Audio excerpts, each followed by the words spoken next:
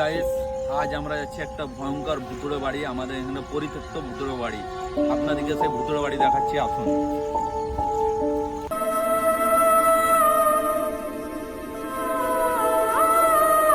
তো ভয়ঙ্কর বাড়ি দেখে আমার মনে ভয় ঢুকে গেছিল, তাও আমি যেমন তেমন করে গেটটা টপকিয়ে আমি ভুতুড়ে বাড়িতে প্রবেশ করে নিলাম। প্রবেশ করেই আমি ঝোপঝাড় হটিয়ে আমি মেন গেটের কাছে চলে এলাম। বাড়িটা এত পুরনো, আমার গেটটা খুলতে অনেকই কষ্ট হলো। গেটটা খুলে আমার সিঁড়িতে চাপতেই আমি একটা ভয়ঙ্কর আওয়াজ পেলাম, তাও আমি বুকে সাহস জাগিয়ে আমি উপরে উঠতে লেগেছি। আমি রুমের ভিতরে প্রবেশ করেই দেখলাম পুরো দিক ভাঙচুর হয়ে গেছে।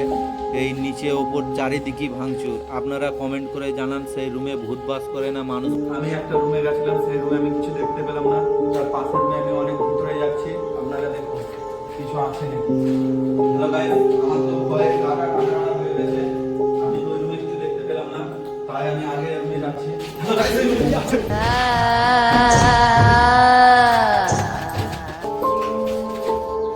হ্যালো গাইস, আজ আমি এই বাড়িতে কিছু ভয়ঙ্কর দেখলাম। আমি ভয়ে আমার গায়ে লোম খাড়া খাড়া হয়ে আমি দৌড়ে পালিয়ে এসে, তাই আমি বাড়ির ভিতরে ঢোকার করলাম না। তাই আপনাদেরকে বাইরে থেকে দেখাচ্ছি। দেখুন কি আছে, আমি দেখাচ্ছি আপনাদেরকে।